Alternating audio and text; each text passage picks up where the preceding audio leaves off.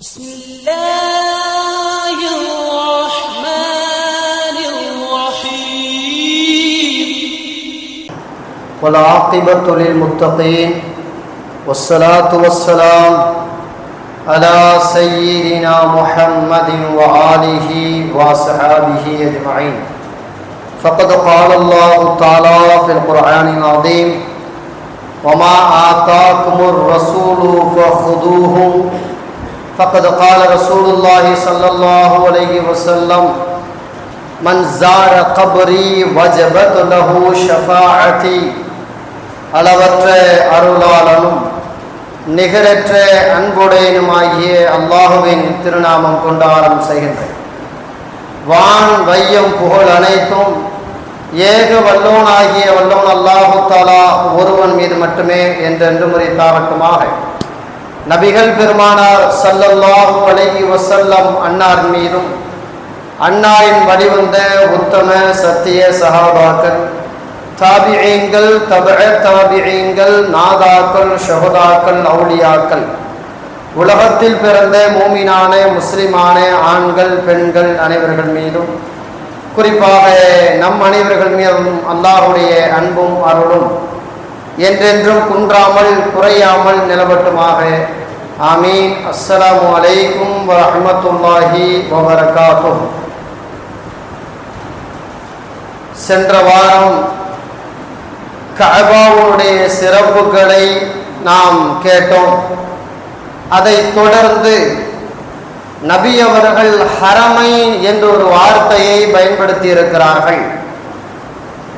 மக்காவும் மதீனாவும் சேர்ந்ததுதான் ஹரமை. ஹரமைன்களுடைய ஒரு பகுதியின் சிறப்பை சென்ற வாரம் பார்த்தோம். இந்த வாரம் ஹரமையினுடைய மற்றொரு சிறப்பு, அதாவது மதீனா நகரத்தினுடைய சிறப்பு, மதீனா பள்ளிவாசல் மஸ்ஜிது நபவியினுடைய சிறப்பு.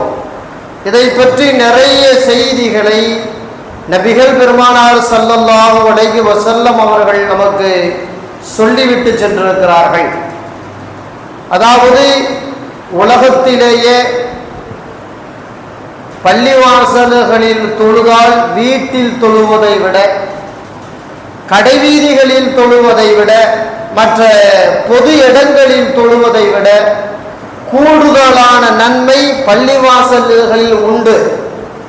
இப்படி ஒரு நபிமொழி வருகிறது. 27 மடங்கு பள்ளிவாசலில் ஜமாத்தாக தொழக்கூடிய தொழுகையாளிகளுக்கு அல்லாஹ் நன்மையை பதிவு செய்கிறான். இப்படி பள்ளிவாசல்ல தொழுதா நன்மை கூட கிடைக்கும், அதிகமாக கிடைக்கும், சரிதான். ஆனால் இந்த பள்ளிவாசல்களை விட, நம் மஹல்லாக்களில் இருக்கும் பள்ளிவாசல்களை விட நன்மையை நாடி பயணப்படுவது என்றால் அது 3 பள்ளிவாசலுக்கு மட்டும்தான். 3 பள்ளிவாசலுக்காக பயணப்பட்டு அந்த பள்ளிவாசலை போய் தொழுதா இவ்வளவு நன்மை கிடைக்கும், இவ்வளவு நன்மை கிடைக்கும் அப்படின்னு நன்மையை எதிர்பார்த்து மஹல்லா பள்ளிவாசலை விட அதிகமான நன்மைக்காக பயணப்படுவது அது 3 பள்ளிவாசல் தான். வேற எந்த பள்ளிவாசலுக்கும் அப்படி பயணப்பட்டு போய் தொழுதா நன்மை கிடைக்குமானா கிடைக்காது. பெருமானார் ஸல்லல்லாஹு அலைஹி வஸல்லம் அவர்கள் சொல்கிறார்கள்: லா துஷத்துர் ரிஹால இல்லா இலா ஸலாஸதி மசாஜித். 3 பள்ளிவாசலுக்கு நீங்க பயணம் பண்ணி போனீங்கன்னா அங்க அதிகமான நன்மை கிடைக்கும். உலகத்துல வேற எந்த பள்ளிவாசலுக்கு பயணம் பண்ணி போய் நீங்க தொழுக போனால் நன்மை கிடைக்குமானா கிடைக்கிற அளவுக்கு தான். மஸ்ஜிதில் ஹாதா, என்னுடைய இந்த பள்ளி அப்படின்னு பெருமானார் ஸல்லல்லாஹு அலைஹி வஸல்லம் சொன்னாங்க. அதாவது மஸ்ஜிது நபவி, மஸ்ஜிது நபவியில தொழுதா மற்ற பள்ளியில தொழுதை விட பன்மடங்கு நன்மை அதிகம். மஸ்ஜிதுல் ஹராம், கஅபத்துல்லா, மக்காவில் இருக்கக்கூடிய கஅபத்துல்லாவில் போய் தொழுதோம்னா நன்மை அதிகமாக கிடைக்கும்.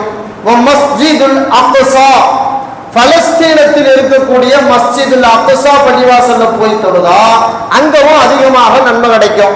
மற்ற எந்த பள்ளியில போய் தொழுதாலும் நன்மை எல்லாம் ஒரே மாதிரி தான். நீலாங்கர மஸ்ஜித் ரப்பில் அலாவில் தொழுதா என்ன நன்மையோ அதே மாதிரி தான் பக்கத்தில் இருக்க பாலவாக்கம், கொட்டிவாக்கம், அடையாறு, திருவான்மியூர், நீங்க எந்த ஊர்ல போய் தொழுதாலும் பள்ளியில போய் தொழுதா என்ன நன்மை அந்த நன்மை சமமா கிடைச்சிடும். ஆனா இந்த 3 பள்ளியில தொழுதா இதை விட பன்மடங்கு கிடைக்கும். பெருமானார் ஸல்லல்லாஹு அலைஹி வஸல்லம் அவர்கள் அதனாலதான் நன்மையை எதிர்பார்த்து பயணப்படுங்கன்னே சொல்லி கொடுக்குறாங்க. மஸ்ஜித் அக்ஸால போய் தொழுகிறணும், வாழ்நாள்ல ஒரு முறையாவது.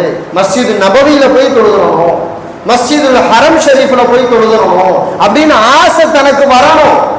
அந்த ஆசை வர்றது ஈமான் இருக்கிறதுக்கான அடையாளங்களும் உள்ளது. எவ்வளவோ இடங்களுக்கு நாங்க போறோமா இல்லையா? எத்தனை இடங்களுக்கு போறோம், காசு பணத்தை செலவழிச்சுக்கிட்டு அங்கே இங்கே அப்படி இப்படி எத்தனையோ இடங்களுக்கு பயணப்படுறோம். குறிப்பா இந்த கோடை காலங்கள்ல மற்ற மற்ற நேரங்கள்ல. அப்போ அந்த பயணத்தின் ஊடாக நன்மையை கருதி இந்த 3 பள்ளிவாசல்ல தொழுதரணும்னு நியத்து வச்சு அதற்காக முயற்சி செய்யணும். அதன் பெயர் வீண் விரயம் அல்ல, அதன் பெயர் தப்பானது அல்ல. அதற்காக காசு பணங்களை சேர்ப்பது அது அவருக்கு நன்மையை தருது, அவருக்கு ஈமான்ல பக்குவமாயிருக்காருங்கிறதுக்கான அடையாளமும் கூட. அப்ப இந்த பள்ளிவாசல்ல போறது, இபாதத்து செய்யறது, அதற்காக பயணப்படுறது, அதற்காக முயற்சி செய்யறது நம்ம வாழ்நாள்ல வர வேண்டிய ஒன்று. பெருமானார் ஸல்லல்லாஹு அலைஹி வஸல்லம் அவர்கள் சொல்கிறார்கள், ஸலாத்துன் ஃபில் மஸ்ஜிதில் ஹாதா, என்னுடைய இந்த மஸ்ஜித் நபவி பள்ளியில தொழக்கூடிய தொழுகைங்கிறது அஃலலு மின் அல்ஃபி ஸலாத்தின், 1000 முறை தொழுவதை விட இதில் சிறந்தது. நம்ம பள்ளிவாசல்ல 1000 முறை லுஹர் தொழுகிறோம். ஆனா மஸ்ஜித் நபவியில போய் ஒரு முறை லுஹர் தொழுதா இந்த 1000 முறை இங்க தொழுத நன்மை அந்த ஒரு முறை தந்துடுறான் அல்லாஹ். 1000 முறை தொழுதா என்ன நன்மை கிடைக்கும்? அந்த 1000 முறை தொழுகைய ஒரே ஒரு தொழுகையில் அல்லாஹ்தால அங்க தர்றானே. அப்போ அங்க எவ்வளவு தொழுகிறோமோ அந்த அளவு ஒவ்வொரு தொழுகைக்கும் 1000ஐ அதிகமாக்கணும். பெருமானார் ஸல்லல்லாஹு அலைஹி வஸல்லம், முஸ்லிம், தபு, நசாயி இந்த மாதிரி எல்லா நூல்லையும் பதிவு செய்யப்பட்ட செய்தியாக இந்த நபிமொழி இருக்கிறது அப்படின்னு பார்க்கலாம். அதே போல மஸ்ஜித் நபவியில இன்னொரு கூடுதலான ஸ்பெஷல் இருக்கு. என்னன்னு கேட்டா, அதாவது மஸ்ஜித் நபவியில யாரு 40 வேளை தொழுதாங்களோ இஹ்லாஸோடு, மன தூய்மையோடு, மன ஓர்மையோடு தொழுகணுங்கிற ஆசையில போய், ஆர்வத்துல போய் அங்க 40 வக்து, அதாவது 8 நாள், 8 நாள்ங்கிறது ஒரு நாளைக்கு 5 வேளை இல்லையா? அப்ப 8 நாள் 8 டு 5 போட்டோம்னா என்ன ஆச்சு? 40 வந்துருச்சா இல்லையா? அப்ப 40 வக்து, அதாவது 8 நாள் கரெக்டான முறையில மஸ்ஜிது நபவியில தொழுதுட்டா என்ன லாபம் கிடைக்குங்கிறத பெருமானார் ஸல்லல்லாஹு அலைஹி வஸல்லம் சொல்றாங்க. அவருக்கு நரகத்திலிருந்து விடுதலை கிடைக்கும், நரக வேதனை அவருக்கு கிடையாது, நரகத்துக்கு போக மாட்டாருங்கிறாங்க. அதே மாதிரி அவருக்கு நிஃபாக்கு தன்மை, முனாஃபிக்குங்கிற ஒரு மோசமான நிலை இருக்குல்ல, அந்த நிலையிலிருந்து அல்லாஹ் அவரை விடுதலை ஆக்கிடுவான். முனாஃபிக்குத்தனம் இருக்குதே மிக மிக மோசமானது. முனாஃபிக்குத்தனம் ரசூலுல்லாஹ் காலத்துலதான் முனாஃபிகீன்கள் இருந்தாங்க, இன்னைக்கு இல்ல, அப்படிலாம் கிடையாது. நம்ம உள்ளங்கள்லயும் முனாஃபிக்குத்தனம், அந்த நிஃபாக்குத்தனம் இருக்கத்தான் செய்யுது. நிறைய மார்க்க அறிஞர்கள் நிஃபாக்குத்தனம் வந்துவிடக் கூடாது என்று பயந்திருக்கிறார்கள். இமாம் ஹசன் பஸ்ரி ரஹிமஹுல்லாஹ் ஒவ்வொரு நேரமும் கேட்பாங்களாம், யா அல்லாஹ் என்னிடத்தில் முனாஃபிக்குத்தனம் வராமல் பாதுகாப்பாயாக, முனாஃபிக்காக நான் ஆயிடாம பாதுகாப்பாயாக. யாருங்க?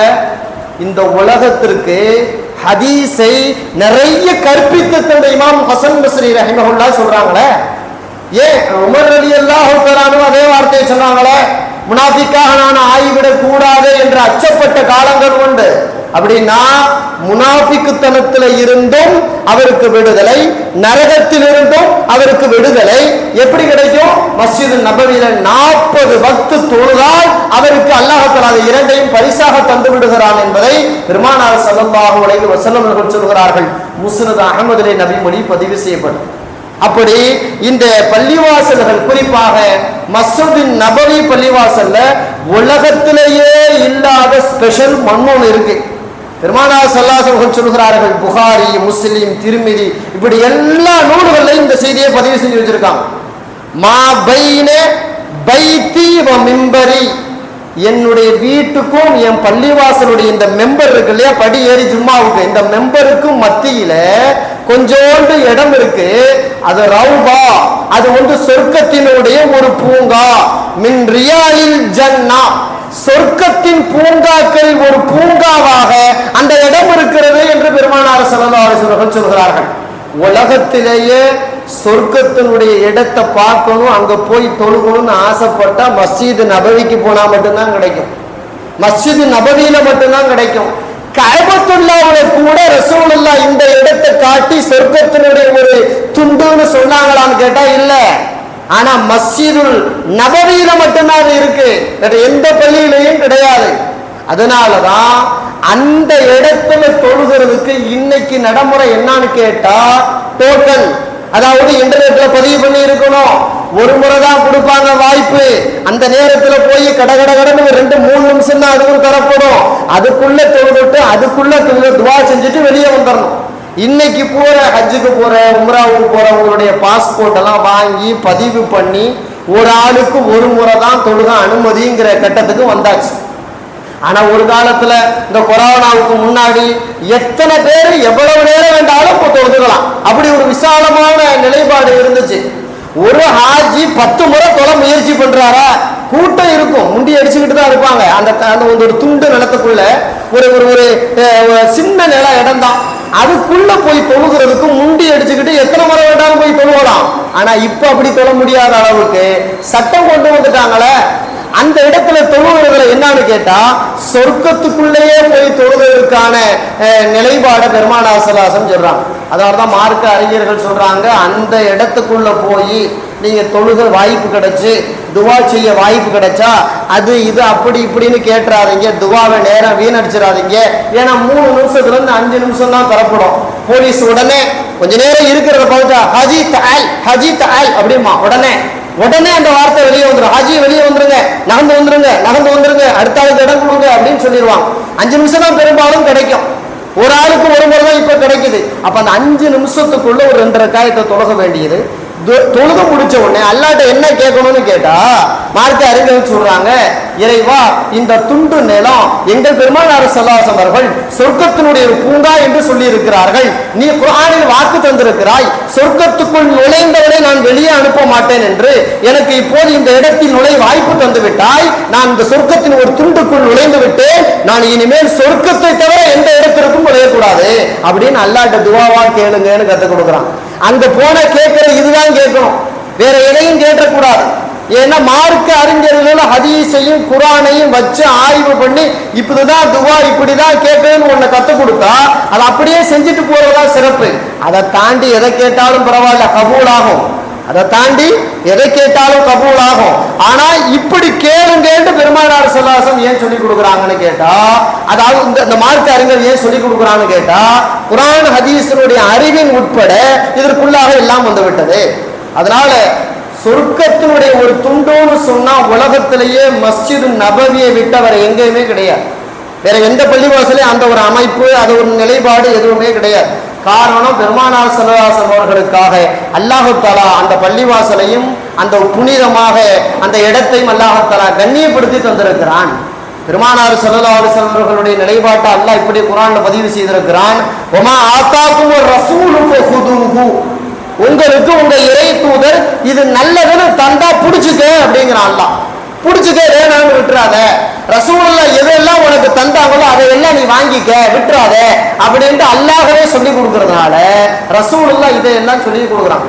மஸ்ஜிது நபவி புனிதமானது, மக்கா மதீனா புனிதமானது, அந்த ரவுலத்துல் ஜன்னா புனிதமானது, இப்படியாக பல இடங்கள் புனிதமானது. அரிய வாய்ப்பை அல்லாஹ் தரும் பொழுது அந்த வாய்ப்பை பயன்படுத்தி அதை கண்ணியமாக பயன்படுத்தி கொள்ள வேண்டும் அப்படிங்கிறதுக்கு தான் அல்லாஹ் தஆலா இவ்வளவு கண்ணியப்படுத்தி சொல்லக்கூடிய நோக்கம். மதீனா பள்ளிவாசல் மட்டும் சிறப்பு இல்லைங்க, மதீனாங்க ஊரே சிறப்பான. மதீனாவுல வாழ்றது, மதீனாவுல மௌத்தாகிறது, மதீனா பள்ளிவாசல்ல தொழுகிறது, மதீனாவுடைய கடைவீதிகள்ல நபியை போல சில நேரங்களில் தேவைக்கு சுற்றி வருவது, இப்படி எல்லாமும் அதில் சிறப்பாக ஆக்கப்பட்டிருக்கிறது. ஒரு நேரத்துல சஹாபாக்கள் வாழ்ந்த காலம், ரசூலுல்லாஹ்வுக்கு பிறகு நபி தோழர்கள் வாழ்ந்த காலம், கடுமையான பஞ்சம் வந்துச்சு. கடுமையான பஞ்சம் மதீனாவுக்கு வந்துச்சு. ஒருத்தர் வந்தார், அபூ சயீத் குத்ரி ரலியல்லாஹு அன்ஹு வந்தார். என்று சொல்றாரு, அதாவது நான் மதீனாவை விட்டு வெளியே போயிடலாம்னு நினைக்கிறேன், எனக்கு பிள்ளைங்க நிறையா, 1க்கு மேற்பட்ட மனைவி, அப்படி இருக்கிறனால குடும்பம் நடத்த முடியல, ரொம்ப கஷ்டப்படுறோம், மதீனாவை விட்டு எங்கேன்னு செழிப்பான ஊர்ல போய் வாழலாம்னு நினைக்கிறேன் அப்படின்னு ஒரு வார்த்தையை சொன்னார். அப்பதான் அபூ சயீத் குத்ரி ரலியல்லாஹு தஆலா சொன்னாங்க, லா தஃஅலில் ஜமில் மதீனா, நீ அப்படி செஞ்சிராத, மதீனாவை விட்டு வெளியே போயிடாத, நீ மதீனாவிலேயே இறுதி வரை இருந்து விடு. காரணம் என்ன தெரியுமா? பெருமானார் ஸல்லல்லாஹு அலைஹி வஸல்லம் அவர்கள் சொல்லி இருக்கிறார்கள், கஅபாவை மக்காவை இப்ராஹிம் அலைஹிஸ்ஸலாம் எப்படி அவர்கள் கண்ணியப்படுத்தினார்களோ அதே போல இறைவா நான் மதீனாவை, இந்த ஊரை நான் கண்ணியமாக வைத்திருக்கிறேன், கண்ணியமாக அறிவிப்பு செய்து விட்டேன். அதே போல குறிப்பிட்ட மதீனாவுடைய இங்கிருந்து இங்கு வரை, அதாவது வேட்டையாடுவதற்கோ மரம் செடி கொடிகளை தேவையில்லாமல் ஒடிப்பதற்கோ சண்டை சச்சரவுகள் போட்டுக் கொள்வதற்கோ பஞ்சாயங்கள் பெரும்பாலும் நடத்தி கொள்வதற்கோ இரத்தங்களை ஓட்டிக் கொள்வதற்கோ நான் தடுத்திருக்கிறேன். இந்த ஊரு கண்ணியமான பகுதி, இதுல இருந்து இதுவரைக்கும் கண்ணியமான பகுதி. அது மட்டுமல்லாமல் மதீனாவுடைய நிறுவை அளவையில் பெருமானார் ஸல்லல்லாஹு அலைஹி வஸல்லம் பரக்கத்திற்காக நிறைய துஆ செய்திருக்கிறார்கள். நம்ம ஊர்ல நிறுவை அளவே இருக்கா இல்லையா, படி கிலோ அப்படின்னு வச்சிருக்கோமா இல்லையா? மதீனாவுல ஒண்ணு பழக்கம், அவங்க அளக்கிறதுக்கு ஒரு படி வச்சிருப்பாங்க, நெருக்கிறதுக்கு ஒரு கிராஸ் வச்சிருப்பாங்க. அதில் பரக்கத்து முத்து அப்படின்னு சொல்லுவாங்க, அதில் பரக்கத்து செய் அப்படின்ட்டு மதீனாவுக்காக ஸ்பெஷலா ரசூலுல்லாஹி ஸல்லல்லாஹு அலைஹி வஸல்லம் பரக்கத்து செய்ய சொல்லி துவா செஞ்சு கண்ணியப்படுத்துவதற்கு அல்லாஹ்விடத்தில் வேண்டிக் கொண்டிருப்பதால் இது புண்ணிய பூமி, வறுமையா இருக்கு, கஷ்டமா இருக்கு அப்படிங்கிறதுக்காக நீ மதீனாவை விட்டு வெளியே போயிடாதப்பா அப்படின்ட்டு பெருமானார் ஸல்லல்லாஹு அலைஹி வஸல்லம் அவர்கள் சொன்ன ஹதீஸை அபூ சயீத் குத்ரி ரலியல்லாஹு தஆலா அவர்கள் சொல்வார். அதாவது எந்த அளவுக்கு மதீனா பரக்கத்தான பூமி தெரியுங்களா? அல்லாஹும்ம ஜஅல் பில் மதீனதி லஅஃபை மா பி மக்கத் மினல் பரக்கா, இறைவா நீ மக்காவில் பரக்கத்து செய்ததை போல 2 மடங்கு மதீனாவில் பரக்கத்து செய் அப்படின்னு பெருமானார் ஸல்லல்லாஹு அலைஹி வஸல்லம் துஆ செஞ்சிருக்கிறான். மக்காவில் நீ பரக்கத்து செய்திருக்கிறாய், மக்கானால மொத்தமும் பரக்கத்து தான். மக்காவில் எவ்வளவு பரக்கத்து இருக்கோ அதே பரக்கத்து அல்லாஹ் தஆலா அந்த அருள் வளத்தை மதீனாவில விரிச்சு விட்டு வச்சிருக்கிறான். கொஞ்சம் யோசிங்களேன், ஹாஜிமார்கள் ஹஜ்ஜுக்காக அல்லது உம்ராவுக்காக எத்தனை லட்சம் பேர் போய்கிட்டு இருக்கிறான், எத்தனை லட்சம் பேர் போய்கிட்டு இருக்கிறான். ஒரு குறிப்பு சொல்லப்படுது, இந்த வருஷத்துல உம்ராவுக்கு மட்டும் 3 கோடி பேர் போயிருக்கிறாங்க. இந்த வருஷத்துல 3 கோடி பேர். இதுக்கு முன்னாடி இவ்வளவு வந்ததில்லைங்கிற சவுதி அரசு, இவ்வளவு வந்ததில்லை. இன்னைக்கு நிறைய எல்லாம் உம்ரா உம்ரா உம்ரா நிறைய போக ஆரம்பிச்சுட்டாங்க. உலகத்திலேயே 2 நாட்டுல இருந்துதான் ஹஜ்ஜுக்காக உம்ராவுக்காக நிறைய பயணப்படுறாங்க. அது முதல் நாடு இந்தோனேசியா, அடுத்து இந்தியா தான். உலகத்திலேயே அதிகமாக ஹரமைனை நோக்கி பயணப்படும் ஹாஜிமார்கள் எங்க இருக்கிறார்கள்? இந்தோனேசியா, இந்தியா, அதுக்கு அப்படித்தான் எல்லா நாடும், அதுக்கப்புறம் தான் எல்லா நாடும் ஒரு இன்றைய குறிப்பு சொல்லப்பட்டு இருக்கிறது. அப்படிங்கிறதுனால அதாவது அவ்வளவு கண்ணியமான பூமி, அவ்வளவு கண்ணியமான இத்தனை பேர் வந்திருக்கிறாங்களே. மதீனா நகரத்துல எங்கேயாவது லாட்ஜ் கிடைக்கலன்னு இருக்காங்க? யாருக்கு லாட்ஜ் கிடைக்கலன்னு கிடையாது. மதீனாவுக்கு நாங்க உம்ராவுக்கு போனாங்க, சாப்பாடு தட்டுப்பாடு யாராவது சொல்லியிருக்காங்களா? சாப்பாடு கொண்டுகிட்டு போவான ஆளு, கூட்டிக்கிட்டு போன டிராவல்ஸுக்காரன் கஞ்சத்தனம் பண்ணி அவன் காசு சம்பாதிக்க மட்டமானதை போட்டான்னு சொல்லுவாங்களே தவிர நாங்க பட்டினியா கிடந்தோம், காசை கொடுத்தாலும் சாப்பாடு கிடைக்கல அப்படின்னு நிலம் உண்டா மதீனாவுல? அதுவும் கிடையாது. மதீனாவுல தினந்தோறும் பல்லாயிரக்கணக்கான ஆடுகளை அவர்கள் இறைச்சிக்காக அறுக்கப்படுகிறது. ஆட்டுக்கு பஞ்சம் வந்திருக்கா? பழங்களுக்கு பஞ்சம் வந்திருக்கா? உடுப்புகளுக்கு பஞ்சம் வந்திருக்கா? இருக்கும் தங்கும் இடத்திற்கு பஞ்சம் வந்திருக்கா? அதை விட தண்ணிக்கு பஞ்சம் வந்திருக்காங்க.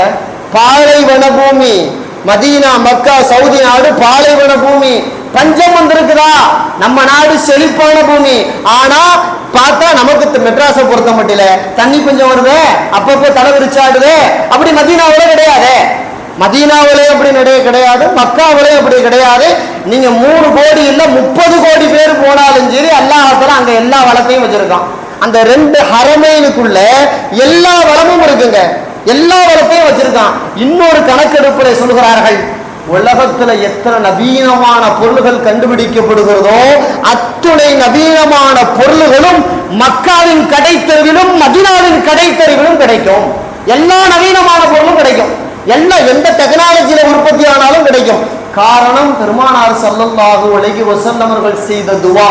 அந்த துவாவின் விளைவு அற்புதமான பூமி, மிகவும் கண்ணியமான பூமி. அந்த கண்ணியமான பூமியில நாமளும் கண்ணியமா நடந்துக்கணுமா இல்லையா? பெருமானார் ஸல்லல்லாஹு அலைஹி வஸல்லம் மதீனாவை பொறுத்த மட்டில வேட்டையாடக்கூடாதுன்னாங்க. குறிப்பிட்ட எல்லைக்குள்ள கிட்டத்தட்ட 12 மைல் சுற்றளவு. முஸ்லிமிலே நபிமொழி பதிவு செய்யப்பட்டிருக்கிறது. நபி அவர்கள் சொல்கிறார்கள் 12 சுற்றளவு, மதீனாவை சுத்தி 12 கிலோமீட்டருக்கு அது வந்து ஹரமைனுக்குள்ள கட்டுப்பட்டது. ஹரமைனுக்குள்ள கட்டுப்பட்டதுனால அங்க வேட்டையாடக்கூடாது, தேவையில்லாம செடி கொடி மரங்களை வெட்டக்கூடாது, சண்டை சச்சரவு போடக்கூடாது, ரத்தம் ஓட்டக்கூடாது, வெட்டு குத்து நடக்கக்கூடாது, போர் நடக்கக்கூடாது. இந்த 12 கிலோமீட்டருக்குள்ள எதுவுமே செய்யக்கூடாது. பெருமானாசரசரும் கண்ணியப்படுத்தி வச்சிருக்காங்க. இது தெரியாத ஒரு அடிமை என்ன பண்ணாரு, மதீனாவுடைய அந்த குறிப்பிட்ட எல்லைக்குள்ள வேட்டையாடினார். வேட்டையாடினதை சஅத் இப்னு அபீ வக்காஸ் ரலியல்லாஹு அன்ஹு பார்த்துட்டான். பார்த்த உடனே கொண்டு போய் அவரை டப்புன்னு பிடிச்சிட்டான். பிடிச்சி அவருடைய மேலாடைய அவரை வந்து மட்டப்படுத்துறதுக்காக அவருடைய ட்ரெஸ்ஸை கழட்டு அப்படின்னு சொல்லி நம்ம சொல்றோமா இல்லையா, அவன் ட்ரெஸ்ஸை கழட்டிட்டு விடுறான். அப்ப யாரும் அவனுக்கு அசிங்கம் தெரிவிக்கட்டும் அப்படின்னு சொல்றோமா இல்லையா, அந்த மாதிரி சஅத் இப்னு அபீ வக்காஸ் ரலியல்லாஹு உன் ட்ரெஸ்ஸை கழட்டுன்னு மேலாடைய சட்டையை கழட்டி விட்டாங்க. கழட்டி விட்டோன்னே கேட்டு கேட்டு பார்த்தார், தர முடியாது ஓடுறா அப்படின்னு வருத்தினாங்க. அவர் நேரா போய் தன்னுடைய உரிமைக்கார கூடியாந்துட்டார், முதலாளியே கூடியாந்துட்டார். இவருடைய சட்டையை கழுவி என்னை கேவலப்படுத்துறாரு அப்படின்னு சொல்லிட்டு அவர் வந்து கேட்டார், ஏப்பா என்னுடைய அடிமையை ட்ரெஸ்ஸை கட்டி விட்ட கேவலப்படுத்துற அப்படின்னும் போதுதான் இந்த நபிமொழிய சஅத் இப்னு அபீ வக்காஸ் ரலியல்லாஹு அன்ஹு சொல்றாங்க, மன் வஜத அஹதன் யுஸீபு பிஹி, யாரேனும் இந்த மதீனாவுடைய தடுக்கப்பட்ட இந்த ஹரமுக்குள்ளாக யாரேனும் வேட்டையாடினால் அவருடைய மேலாடை கட்டிக்கிட்டு விடு அப்படின்னு பெருமானார் ஸல்லல்லாஹு அலைஹி வஸல்லம் சொல்லி இருக்கிறாங்க. அதனால அந்த நபிமொழியை நான் பின்பற்றணும் அப்படிங்கிறதுனால அவன் ட்ரெஸ்ஸை கழட்டிக்கிட்டேன். அவன் ட்ரெஸ்ஸை மட்டும் கொடுக்க மாட்டேன், அதுக்கு காசை வேண்டாலும் கேட்டு அந்த ட்ரெஸ்ஸுக்கு என்ன காசோ அதை கேளு தந்துடுறேன், ட்ரெஸ்ஸை தர மாட்டேன், ரசூலுல்லாஹ் ட்ரெஸ்ஸை கழட்ட சொல்லிட்டாங்களே அப்படின்ட்டு சஅத் இப்னு அபீ வக்காஸ் ரலியல்லாஹு அன்ஹு அவர்கள் அந்த ஹரமைனுக்குள்ள அந்த ஹரமுக்குள்ள எவ்வளவு கண்ணியமா நடந்துக்கணுங்கிறத உணர்த்துறாங்க. அபூ தாவூதுல இந்த நபிமொழி பதிவு செய்யப்பட்டிருக்குது. ஹரமைன் அதாவது மக்காங்கிறது குளிர்ச்சியான ஊருங்க. மக்கா யார் உள்ள போனாலும் அவங்களுக்கு காய்ச்ச சின்ன சின்ன தொந்தரவு அப்படி இப்படிலாம் நுழைஞ்ச உடனே வராது. ஆனா மதீனாவுக்குள்ள நுழைஞ்ச உடனே வரும். மதீனாவுடைய தட்பவெப்ப அப்படித்தான் இருக்கும். புகாரியில இப்படி நபிமொழி இருக்குது. ஹிஜ்ரத் பண்ணி மக்காவிலிருந்து மதீனாவுக்கு வந்தாங்க பல நபித்தோழர்கள். அதை குறிப்பா அபூபக்கர் ரலியல்லாஹு அன்ஹு, பிலால் ரலியல்லாஹு அன்ஹு இவங்களுக்கெல்லாம் கடுமையான காய்ச்சல் வந்துருச்சு. மதீனாவுக்குள்ள நுழைஞ்ச ஓரிரு தினத்துக்குள்ளேயே காய்ச்ச வேதனை தாங்க முடியாம பிலால் ரலியல்லாஹு அன்ஹு ஓரத்துல உட்கார்ந்து கவிதை படிக்க ஆரம்பிச்சுட்டாரு. மக்காவுல அப்படி இருந்தோமே இப்படி இருந்தோமே இன்னைக்கு இவ்வளவு கஷ்டமா இருக்குதுன்ற மாதிரி எல்லாம். அதே மாதிரி அபூபக்கருக்கு காய்ச்சல் வந்துருச்சு, பல நபித்தோழர்களுக்கு காய்ச்சல் வந்துருச்சு. இந்த செய்தி எல்லாம் ரசூலுல்லாஹ்வுக்கு கிடைச்சிச்சு. ரசூலுல்லாஹ்வுக்கு காய்ச்சல் வரல. ரசூலுல்லாஹ்வுக்கு செய்தி எல்லாம் கிடைச்ச உடனே இந்த மக்கள் இந்த மதீனாவை வெறுத்துருவாங்களோன்னு பயம் வந்துருச்சு. வந்த உடனே காய்ச்சல் வந்துருச்சு. பொதுவாகவே எல்லாம் அப்படித்தானே, ஒரு ஊருக்குள்ள ஒரு முக்கியமான இடத்துக்குள்ள போகும்போது காய்ச்சல் வந்தா இந்த ஊர் சரியில்லாத ஊரா இருக்கும் போல இருக்கு, தரித்திரம் முடிச்ச ஊரா இருக்கும் போல இருக்கு, வந்தவனே எல்லா முசீபத்தும் வருது அப்படின்னு நினைக்கிறது மட்டும்தான் மனுஷன். அந்த மாதிரி இவங்க நினைச்சிடக்கூடாது மதீனாவை நினைச்சுக்கிட்டு உடனே இப்படி துவா செஞ்சாங்க பெருமானார் ஸல்லல்லாஹு அலைஹி வஸல்லம், அல்லாஹ் ஹப்பிப் இலைனல் மதீனா, இறைவா எங்களுக்கு மதீனாவை பிரியமான ஊராக ஆக்குவாயாக, கமா ஹப்பப்த மக்கா அவ் அஷத்தா, அதாவது மக்காவை நாங்கள் எவ்வளவு பிரியமான ஊராக நினைத்தோமோ இல்லை அதைவிட கடுமையான பிரியம் மதீனாவை பற்றி எங்கள் உள்ளத்தில் போடுவாயாக அப்படின்னு ரசூலுல்லாஹி ஸல்லல்லாஹு அலைஹி வஸல்லம் துவா செஞ்சான். அதனால மதீனாவுக்குள்ள போன உடனே சின்ன சின்ன உபாதை இப்பயும் வரும். மதீனாவுக்குள்ள ஹஜ்ஜுக்காக உம்ராவுக்காக உள்ள நுழையிறாங்களா இல்லையா, காபாவை பார்த்துட்டோ இல்ல காபாவை பார்க்கறதுக்கு முன்னாடி நுழைஞ்ச உடனே சில பேர்த்துக்கு காய்ச்சல் வரும், சில பேர்த்துக்கு பெரும்பாலும் காய்ச்சல் வரும், 90% பேர்த்துக்கு காய்ச்சல் வரலாம். அல்லது சில பேர்த்துக்கு மதீனாவில் நுழைஞ்ச உடனே புதுசா நுழைஞ்சா கால் பித்த வெடிப்பு ஏற்படலாம். அதுவும் பித்த வெடிப்பு சாதாரணமாக ஏற்படாது, ரத்தம் வர அளவுக்கு பித்த வெடிப்பு வரும், ரத்தம் வர அளவுக்கு வரும் சில நேரங்கள்ல. அதே மாதிரி சில பேருக்கு உதடு வெடிக்கலாம், உதடு வெடிச்சு ரத்தம் வர அளவுக்கு உதடு வெடிக்கும். அந்த சீதோசன நிலை புதுசா உள்ள போனவன ஒரு வாட்டும். அதனாலதான் இங்க இருந்து போகும்போதே சொல்லி கொடுத்துறாங்க, இங்க இருந்து போகும்போது இந்த வாசலின் மாதிரி ஏதாவது வாங்கிட்டு போயிருங்க பாய், காலில் வெடிச்சாலோ உதட்டுல வெடிச்சாலோ அதை தடவிக்கிட்டா கொஞ்சம் லேசாகும் பாய் அப்படின்னு ஏன் சொல்லி கொடுக்குறான்னு கேட்டா மதீனாவுக்குள்ள நுழைஞ்ச உடனே நடக்கும். இதுல மதீனாவுக்குள்ள போனவங்களுக்கு எல்லாத்துக்கும் அனுபவம் இருக்கும். மதீனாவுக்குள்ள நான் 1 வாரம் தங்கியிருந்தேங்க, 10 நாள் தங்கியிருந்தாங்க, எனக்கு காய்ச்சல் வரல அப்படின்னு ஒரு 10% பேர் தான் சொல்ல முடியும். 90% பேருக்கு வரும், 90% பேருக்கு வரும். காரணம் என்னன்னு கேட்டா அது ஒரு வகையான ஒரு சூட்டு நிலைப்பாடு. சூடான பூமி. சில பேர் நினைப்பாங்க மக்காதான் சூடான பூமி, சுத்தி கருமலை தானே இருக்குன்னு. இல்ல, கருமலைகளே இருந்தாலும் கூட மக்காவுக்குள் பெரிய பிரச்சனையை யாருக்கும் தராது. ஆனா மதீனாவை சுத்தி நிறைய ஈச்ச மரம், அதாவது பேர்ச்ச மரம் இருக்கலாம், நிறைய தோட்டங்கள் இருக்கலாம். ஆனா அங்கதான் சூடு அதிகம். அது சூட்டின் விளைபாடுதான் காய்ச்சலை தருகிறது. பித்த வெடிப்புகளாக கால் வெடிப்புகளை, உதடு வெடித்து போகுதல்களை, உடம்பு வலி ஏற்படுதலை, இதையெல்லாம் இந்த சூடு தான் தருது. ஆனால மதீனாவை நம்ம வெறுத்துடக்கூடாது அப்படின்ட்டு பெருமானார் ஸல்லல்லாஹு அலைஹி வஸல்லம் மதீனாவுல வாழ்றத விரும்பணும்னு சொல்லி கொடுக்குறாங்க. இப்படி ஒரு ஹதீஸ் வருது முஸ்லிம்ல, திர்மிதில இப்படி ஒரு ஹதீஸ் வருது. லா யஸ்பிரு அஹதுன் அலா அல்இராயி ஃபயமூத இல்லா குன்து லஹு ஷஃபீஅன். மதீனாவில் வாழும் பொழுது, மதீனாவில் தங்கி இருக்கும் பொழுது ஏதாவது சிரமம் ஏற்பட்டால், உடல் உபாத அது இது ஏதேனும் ஏற்பட்டால் அதை சகித்து கொண்டு அங்கே வாழ்ந்து அங்கேயே அவன் இறந்து போவானே, ஆனால் முஸ்லீமாக அவன் இறந்து போனால் அவனுக்காக நான் மறுமையிலே சிபாரிசு செய்வேன். பெருமானார் ஸல்லல்லாஹு அலைஹி வஸல்லம் சொல்றாங்க, இல்லா குன்து லஹு ஷஃபீஅன், நான் அவனுக்காக சிபாரிசு செய்வேன்.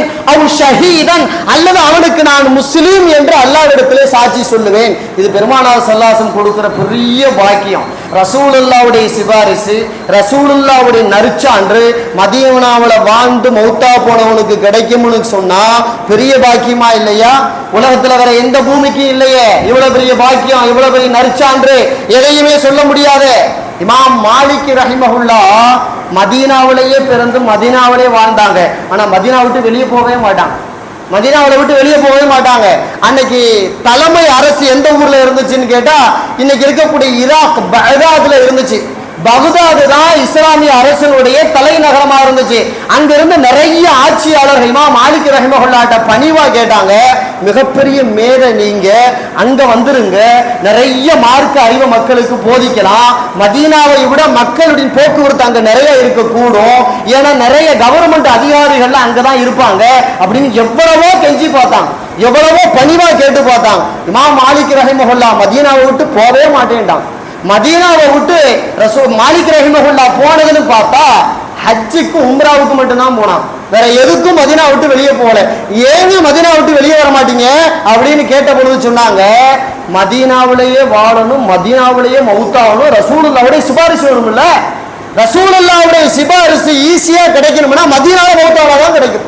மதீனாவில் ஒரு ஆள் மௌத்தாகி அங்கேயே அடக்கம் பெற்றால் அவர் எழுந்து வரும்பொழுதே நபியின் சிபாரிசுக்கு உரியவராக வந்து விடுகிறார். அல்லது நபி இவர் முஸ்லிம்னு சாட்சி சொல்லக்கூடிய அந்தஸ்துக்கு வந்துடுறார். ரசூலுல்லாஹ் இவர் முஸ்லிம்னு சொன்னா போதுமேங்க, அல்லாஹ்வே சொன்ன மாதிரி தானே, சொர்க்கம் ஈஸியா கிடைச்சிருமே, அல்லாஹ்வுடைய மன்னிப்பு கிடைச்சிருமே, எல்லாமும் கிடைச்சிருமா இல்லையா? அல்லாஹ்வும் அல்லாஹ்வுடைய ரசூலும் நம்மளே பார்த்து இவர் முஸ்லிம்னு ஒத்துக்கொண்டா போதும். அதுக்குத்தானே இந்த வாழ்க்கையை நம்ம வாழ்றோம். நம்ம வாழ்க்கையை அதுக்குத்தானே, வெறுமனே பேர் வைத்திருப்பதனாலோ இபாதத்து செய்வதனாலோ அல்லாஹ் ரசூலுடைய பார்வையில் முஸ்லிமா என்றால் சில நேரங்கள் இல்லாமல் போனவர்கள் உண்டு. அப்படி ஆகக்கூடாதுன்னா மதீனாவுல மௌத்தாவர பெரிய பாக்கியம் கிடைச்சா அதை விடவே கூடாது.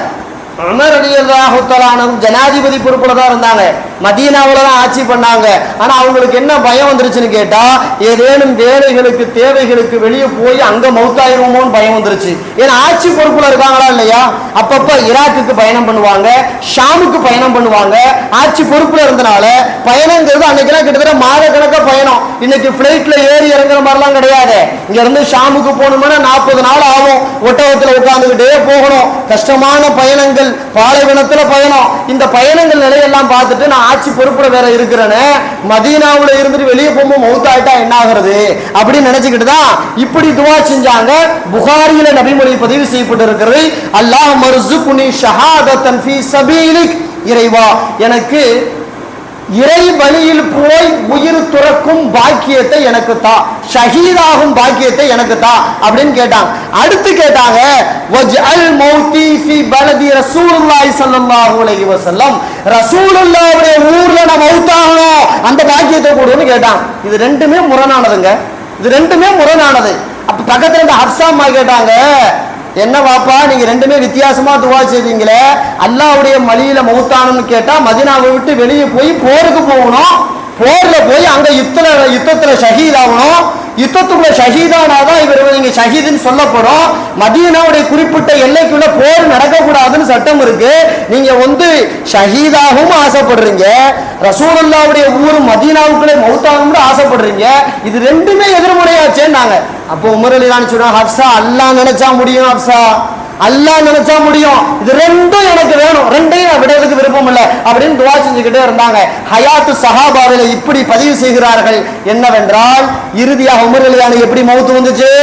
அதாவது எதிரியால் ஒருவன், காஃபிரால் ஒருவன் மதீனாவில் தொலை வைக்க வரும் பொழுது, தொலை வைக்க இமாமாக நிற்கும் பொழுது காஃபிரால் குத்தி கொலை செய்யப்படுகிறார்கள். அதாவது எதிரி காஃபிர் குத்தி கொலை பண்ணா ஷஹீதுடைய அந்தஸ்து ஒண்ணு கிடைச்சிருச்சு. மதீனாவிலே மௌத்தானாங்க, ரெண்டும் கிடைச்சிருச்சு. ஒரே துவா ஒரு கல்லில் ரெண்டு மாங்காய் என்பதை போல உமர் ரலியல்லாஹு அவர்கள் கேட்ட ரெண்டும் கிடைத்திருக்கிறதா இல்லையா? இது பெரிய பாக்கியமா இல்லையா? மதீனாவுல மௌத்தாகிறதுக்கு அவ்வளவு ஆசைப்படல், மதீனாவுல மௌத்தாகிறது பெரும் பாக்கியம். சென்ற வாரத்தில் கூட இந்த ஹதீஸை நம்ம நினைவுபடுத்துறோம். இரண்டு ஹரமைனுக்குள்ள மௌத்தா போனா அவர்கள் கியாமத் நாளில் எழுப்பப்படும் பொழுது பயம் இல்லாதவர்களாக எழுப்பப்படுவார்கள். கியாமத் நாளை நினைச்சவர் பயப்பட தேவையில்லை. என்னாகும் ஏதாகும் அப்படியா இப்படியா எந்த பயமும் உனக்கு வேண்டாம். மக்காவுக்குள்ள மௌத்தா, மதீனாவுக்குள்ள மௌத்தா, பயப்படாத, நீ பாட்டுக்கு எழுந்து வா. அல்லாஹ்ட்ட சிறப்பான முறையில் சந்திப்பு உண்டு, உனக்கு சொர்க்க வாழ்வு உண்டு, நிம்மதியான நிலைப்பாடு உண்டு. மற்றவெல்லாம் கஷ்டப்படுவான், நீ கஷ்டப்படாமே இருக்கலாம். ஆமீனி அப்படின்னு ஒரு வார்த்தை பெருமானார் ஸல்லல்லாஹு அலைஹி வஸல்லம் பயன்படுத்துகிறார்களா இல்லையா? அதனால சிறப்பான நகரங்களில் மக்காவும் மதீனாவும் கட்டுப்படும். அதுவும் மதீனா சில நேரங்களிலே சில மார்க்க அறிஞர்கள் சொல்வார்கள், ஏதேனும் சில நேரங்களில் மக்காவை விட மதீனா உயர்ந்த பூமியாகி போய்விடுகிறது. காரணம் என்னன்னு கேட்டா, பெருமானார் ஸல்லல்லாஹு அலைஹி வஸல்லம் என்ற அந்த மிகப்பெரிய மேதையை தாங்கி இருக்கிற பூமி மதீனா தானே. அவங்கள உள்ள வச்சிருக்கிற பூமி எந்த பூமி? மக்காவா? இல்ல, மதீனா தான். இந்த ஒன்று போதும் சில நேரங்களில் மக்காவை விட மதீனா உயர்ந்த பூமி என்று சொல்வதற்கு என்பதாக மார்க்க அறிஞர்கள் சொல்வார்கள். மதீனாவில் சில ஓடைகள் உண்டு, சில இடங்கள் உண்டு, அந்த இடத்தினுடைய மண்ணு பலர்களுக்கு ஷிஃபாவை தந்திருக்கிறது என்பதாக இமாம் சுயூத்தி ரஹிமஹுல்லாஹ் சொல்கிறார்கள். அந்த மண்ணை அள்ளி மேலே ஏறி பூசிக்கொண்டாலோ, குறிப்பிட்ட இடத்தில் இருந்த மண்ணை அள்ளி கரைத்து குடித்தாலோ அந்த ஷிஃபாவை தந்திருக்கிறது அனுபவப்பட்டவர்கள் சொல்லுகிறார்கள் என்பதாக இமாம் சுயூத்தி ரஹிமஹுல்லாஹ் தன் ஆதாரபூர்வமான நூல்களில் தஃசீர் துர்ருல் மன்சூரில் இதெல்லாம் பதிவு செய்திருக்கிறார்கள் என்றார். மதீனாவின் மண்ணும் மிகவும் சிறப்பான மண்ணு. பள்ளிவாசல் மட்டுமல்ல, அந்த பள்ளிவாசலை சுற்றி இருக்கக்கூடிய 12 மைலுக்குண்டான எல்லாமும் சிறப்பானதுதான். பெருமானார் ஸல்லல்லாஹு அலைஹி வஸல்லம் அவர்கள் இப்படி சொல்வார்கள், மன் ஸார கப்ரி, என்னுடைய கபரை, என்னுடைய மண்ணறையை யாரேனும் வந்து ஜியாரத்து செய்வார்களே ஆனால் வஜபத் லஹு ஷஃபாஅத்தி, என்னுடைய சிபாரிசு அவர்களுக்கு உறுதியாகிவிட்டது, என்னுடைய சிபாரிசு அவர்களுக்கு உறுதியாகிவிட்டது. அப்படின்னா ரசூலுல்லாஹ்வுடைய மக்பராவை சந்திக்க ஆசைப்படணுமா இல்லையா? ஒன்று விளங்கணும், மதீனாவு போறது நோக்கமே ஒன்னே ஒண்ணுதாங்க, வேற எந்த நோக்கமும் இல்லை, ரசூலுல்லாஹ்வை சந்திக்கிறது தான். ரசூலுல்லாஹ்வை சந்திக்கிறதுக்கு தான் மதீனா போறோம். அதாவது ஜியாரத்தை பத்தி சிலர்களுக்கு அலர்ஜி. இறை நேசர்களுடைய ஜியாரத்து, நபிமார்களுடைய ஜியாரத்து, நபி தோழர்களுடைய ஜியாரத்து, அங்கெல்லாம் எதுக்கு போற, அங்கெல்லாம் தேவையில்லை, அங்கெல்லாம் போவாத அப்படின்னு சொல்றமே. அட, மதீனாவுக்கு போறதே ஜியாரத்துக்கு தான், வேற எதுக்கும் அல்ல. மதீனா பள்ளிவாசலத்தோடு தான் நிறைய நன்மை கிடைக்கும்னா அதை விட பன்மடங்கு காபத்துல்லாஹ் கிடைக்குமே, அதை விட பன்மடங்கு 1000 மடங்கு மஸ்ஜிது நபவியிலே, ஆனால் 1,00,000 மடங்கு கஅபத்துல்லாஹ்விலே நன்மை எது பெரியது? கஅபாவுல தொழுகிறதா? அப்ப நாம பள்ளியில போய் தொழுது நன்மைக்குன்னு போகல மதீனாவுக்கு. மதீனாவிற்கு போவது மதீனத்து மன்னர் முத்துநபி முஹம்மது ஸல்லல்லாஹு அலைஹி வஸல்லம் அவர்களை ஜியாரத்து செய்வதற்கு தான். நபி அவர்களை தாங்கி இருக்கிற மண்ணுக்காக தான் அவ்வளவு பெருமை. அதற்கு முன் அது அந்த ஊருக்கு மதிப்பே கிடையாது, அந்த ஊருக்கு மதிப்பே கிடையாது. எஸ்ரிபுன்னு தான் அந்த ஊருக்கு பேரே. அந்த எஸ்ரிபுங்கிற ஊரே நபி நுழைந்ததால் மதீனத்து நபி என்று மாறி போயிருக்கிறதா இல்லையா? இன்று சுருக்கமாக மதீனா என்று சொல்லுகிறோமா இல்லையா? மதீனாங்கிற ஊருக்கு கண்ணியம் எல்லாமே சுத்தி சுத்தி பெருமானார் ஸல்லல்லாஹு அலைஹி வஸல்லம் பேசியதால், நபியவர்கள் நடந்ததால், நபியவர்கள் ஓடியதால், நபியவர்கள் அடக்கமாகி இருப்பதால், நபியவர்களின் சிறப்பால் தான் மதீனத்து மண்ணு சிறப்பு பெற்றிருக்கிறது. மதீனா போற நோக்கமே ஜியாரத்து தான், வேற எந்த நோக்கமும் இல்லை.